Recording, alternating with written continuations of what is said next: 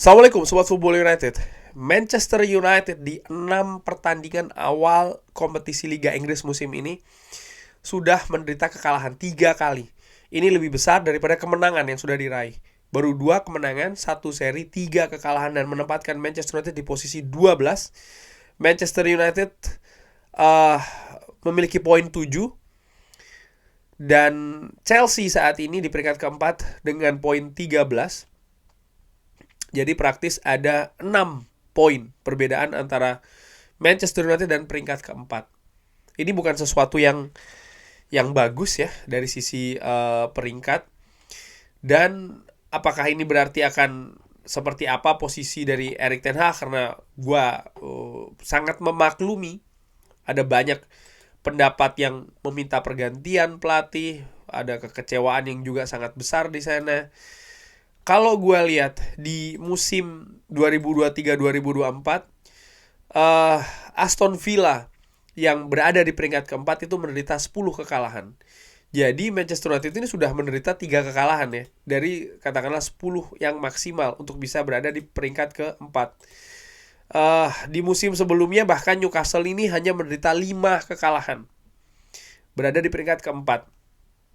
Di mana pada saat itu Manchester United yang finish di peringkat ketiga menderita 9 kekalahan total. Berarti Manchester United di 6 pertandingan awal ini ya sudah menderita 30% kekalahan dari ketika Manchester United ini menderita di musim pertama di Erik ten Hag, di mana ya pada saat itu disebut overachieve ya kan, karena Manchester United berhasil finish di peringkat ketiga.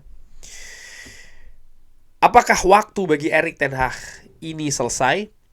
Tergantung Ineos melihatnya dari sisi mana menurut gue. Kalau melihat dari sisi hasil, ini bukan sesuatu yang bagus. 3 pertandingan terakhir hanya mencetak 1 gol dan kebobolan berapa? Kebobolan 4 gol ya, serta tanpa kemenangan. Seri menghadapi Crystal Palace, seri menghadapi FC Twente, dan kalah menghadapi Tottenham Hotspur. Ini bukan sesuatu yang bagus sih menurut gua. Jika itu yang dilihat, ya maka Erik ten Hag mungkin ya tinggal menunggu waktu saja ini. Menurut gua secara ringan amat. Tergantung sekali lagi ya Ineos melihatnya seperti apa. Tapi kalau melihat dari sisi perkembangan progres yang lain misalnya ya, gua bikin di video sebelum pertandingan menghadapi Tottenham Hotspur bagaimana beberapa angka maupun statistik menunjukkan ada perkembangan. Ada peningkatan ya dari sisi menyerang maupun bertahan, proses-prosesnya. Tapi ya Manchester United secara fakta ataupun peringkat saat ini berada di situasi yang tidak memuaskan. Dari sisi permainan, Manchester United sebenarnya ketika menghadapi Fulham, lalu setelahnya Manchester United ini sempat kalah menghadapi Liverpool ya. Sebelumnya mereka kalah menghadapi Brighton, lalu mereka menghadapi Liverpool. Ada dinamika di sana ya. Menghadapi Fulham mereka tampil oke ya kan, lalu menghadapi Brighton last minute goal, menghadapi Liverpool mereka berantakan, lalu menghadapi Southampton mereka ada kemajuan, menghadapi Barnsley ya ada kemajuan juga dari cara bermain, menghadapi Crystal Palace pun juga demikian. Dari 2 pertandingan terakhir Crystal Palace dan juga FC Twente, secara permainan menurut gua mereka tampil bagus. Yang kurang hanya golnya saja. Lalu sekarang ada kemunduran besar lagi nih ya menghadapi Tottenham Hotspur, di mana di pertandingan menghadapi Tottenham Hotspur ini bukan lagi soal menyerang dan bertahan.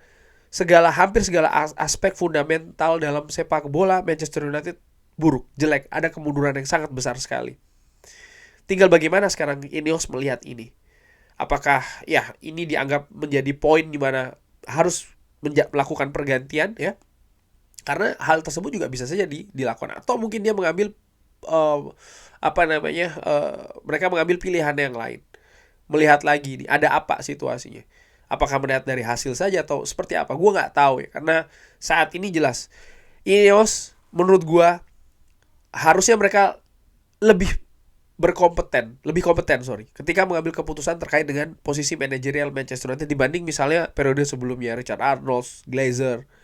Sekarang mereka Sir Jim Ratcliffe memiliki Omar Berada, di mana pastinya dia akan keputusan akhir ada pada Omar Berada. Di bawahnya ada Dan Ashworth, lalu ada Jason Wilcox. 2 nama yang memiliki kompetensi lebih tinggi lah di sepak bola dibandingkan dengan periode sebelumnya di Manchester United. Sehingga ya mereka pastinya juga punya poin-poin yang mereka ambil sebelum mereka membuat keputusan. Tapi sekarang Manchester United balik lagi seperti gue katakan, bersama dengan Erik ten Hag di 3 pertandingan terakhir mereka tidak bisa meraih kemenangan, bahkan hanya bisa mencetak 1 gol. Manchester United hanya memiliki 2 pertandingan lagi sebelum jeda internasional, yaitu menghadapi FC Porto di Portugal. Ini bukan partai mudah ya. FC Porto sendiri di Europa League baru saja menderita kekalahan, jadi mereka pasti mengincar kemenangan juga ya. Dan di tanggal 6 Oktober Manchester United akan berhadapan dengan Aston Villa di Villa Park. Ini bukan pertandingan yang mudah. Lalu setelahnya mereka akan mengalami atau menjalani international break lagi. Nah, istirahat international break ini menurut gua sering juga dilihat sebagai momentum tim itu atau klub melakukan pembaruan. Keputusan-keputusan besar sering diambil sebelum periode-periode tersebut. Terhadap Erik ten Hag pun menurut gua situasi seperti itu sangat terbuka ya, bisa saja terjadi. Cuman seperti biasa, gua selalu berpendapat bahwa mengganti pelatih atau manajer apapun itu baru setengah solusi. Solusi lainnya adalah siapa yang akan menggantikan. Nah, argumentasi coba saja dulu, kasih kesempatan dulu aja, misalnya kepada Ruud van Nistelrooy, yang banyak sekali pendapat seperti gua kurang begitu bisa menerima gitu. Karena apa? Ketika alasannya ya, ataupun juga argumentasinya ada, ya beri saja dulu, coba saja dulu, ya ini pasti akan ujungnya juga sama lagi ya. Akan ada perputaran lagi, pemecatan lagi yang akan diajukan. Karena ya coba dulu, ketika tidak berhasil, oke, selesai ya kan. Sementara pada saat itu Manchester United harus mulai lagi ke poin sebelum yang ada hari ini, menurut gua, dengan siapapun yang masuk. Karena ya mereka akan beradaptasi lagi, mereka akan punya sesuatu yang berbeda lagi dari periode sebelumnya, di mana ini akan ada kemunduran. Bisa saja kemunduran itu ya artinya dari apa yang sudah dibangun ini lalu maju lagi ke depan, itu bisa saja terjadi. Misalnya ketika Jose Mourinho selesai di Manchester United, Ole Gunnar Solskjaer mengambil alih, Manchester United langsung bisa tampil luar biasa di beberapa pertandingan, bahkan yang termasuk salah satu yang fenomenal adalah menyingkirkan Paris Saint-Germain di Paris. Tapi setelahnya ada satu titik di mana Manchester United kembali lagi turun ke bawah. Lalu dinamika itu naik turun sampai selesai. Ketika periode dari David Moyes ke Louis van Gaal juga seperti itu. Louis van Gaal pertama kali masuk, ada excitement di sana, ada harapan. Lalu setelahnya kemunduran lagi, selesai. Ganti dengan Jose Mourinho, sama persis, pun juga seperti itu dinamikanya. Nah, kali ini dengan Erik ten Hag, apakah dia kehabisan waktu atau waktunya sudah selesai bagi Erik ten Hag? Ada banyak kemungkinan sih menurut gua ya. Seperti gua katakan tadi ya, ini Ineos yang akan mengambil, tapi menurut gua secara ringan amatiran waktu itu semakin sedikit. Dua partai antara Manchester United menghadapi FC Porto dan juga menghadapi Aston Villa, menurut gue disinilah penentuannya. Ketika hasil buruk, apalagi kekalahan yang diterima ya, ini bukan sesuatu yang bagus bagi Manchester United. Di periode sebelumnya mereka sempat 4 kali tanpa meraih hasil kemenangan. Seri menghadapi Brentford, kalah menghadapi Chelsea, seri menghadapi Liverpool, lalu mereka seri menghadapi Bournemouth. Tapi apa yang mereka tampilkan ya di 3 pertandingan itu menghadapi Brentford, Chelsea, Liverpool dan juga Bournemouth berbeda dari apa situasi Manchester United terakhir ketika menghadapi Tottenham Hotspur. Dan pada saat itu juga ada pertimbangan mereka sedang melaju di Piala FA ya kan, semifinal menghadapi Coventry. Di periode sebelumnya mereka sempat kalah menghadapi Bournemouth di kandang sendiri, lalu mereka kalah menghadapi Bayern Munchen juga di kandang sendiri. Lalu seri menghadapi Liverpool dan mereka kalah menghadapi West Ham United. Jadi 3 kekalahan di 4 pertandingan. Tapi pada saat itu menurut gua ya manajemen Manchester United masih belum bisa melakukan banyak keputusan penting karena menurut gua secara ringan amatiran belum bisa mengambil keputusan penting karena sedang dalam proses masuknya pemilik baru. Jadi ada faktor eksternal di sana. Tapi kali ini nampaknya tidak demikian. Ineos sudah absolut ya berada di Manchester United. Kendati pun mereka juga melakukan pencarian sebenarnya. Kendati pun mereka juga melakukan pencarian di musim panas kemarin dan mereka menyimpulkan, oke, pilihan tersebut jatuh kepada Erik ten Hag.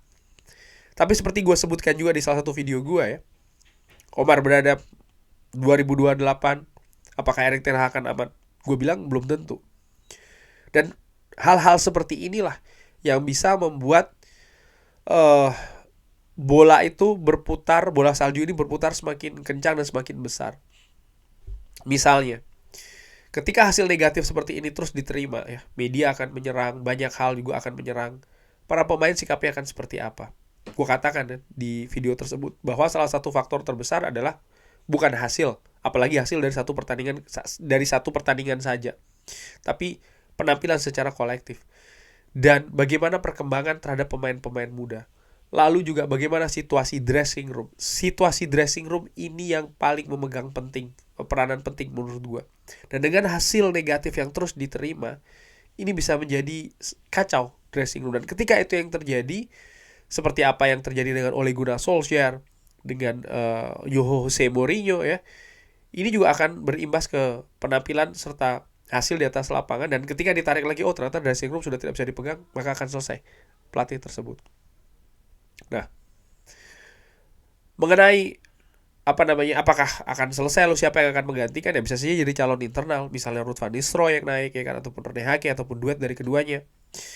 Kalau calon dari luar, gue menilai ya ini juga permasalahan lainnya, karena calon dari luar sebenarnya sudah pernah dicari ya kan oleh Ineos dan tidak bisa berhasil mendatangkan.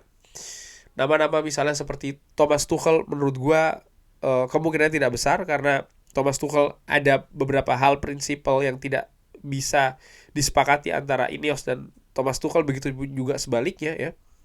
Dan nama-nama misalnya seperti Gareth Southgate ya kan, ini pasti akan naik lagi ke atas gitu. Dan ya itu merupakan salah satu kemungkinan besar sih menurut gua, faktanya demikian gitu ya. Nama-nama yang lain misalnya seperti Nagelsmann, menurut gua ya apalagi sedang dalam periode persiapan ke turnamen besar lainnya kan, Jerman ini, menurut gua itu tidak besar. Lalu ya pelatih-pelatih lain pun juga seperti kayak Zidane, gue tidak pernah mempertimbangkan hal tersebut ya, walaupun itu sebuah kemungkinan, tapi menurut gue kemungkinan kecil, karena kalau ketertarikan itu ada, seharusnya ketertarikan itu sudah bisa lebih jelas adanya gitu ya, terutama di periode Juni-Juli kemarin, tapi itu tidak pernah terjadi. Lalu nama-nama lain sih menurut gue saat ini sudah lebih jelas ya, pelatih-pelatih tersebut sudah pada memiliki klub masing-masing, sehingga ya, ini juga bukan sesuatu yang mudah untuk mencari penggantinya ya, dari Erik ten Hag itu sendiri. Namun balik lagi, segala kemungkinan menurut gue kembali terbuka ya. Artinya apakah ini terus dengan Erik ten Hag ataupun akan selesai dengan Erik ten Hag. Dan menurut gue ini akan sangat banyak ditentukan oleh 2 pertandingan ke depan, menghadapi FC Porto dan juga menghadapi Aston Villa. Kurang lebih demikian. Terima kasih sudah menyaksikan. Jangan lupa like, share, dan juga subscribe. Wassalamualaikum warahmatullahi wabarakatuh. Thank you.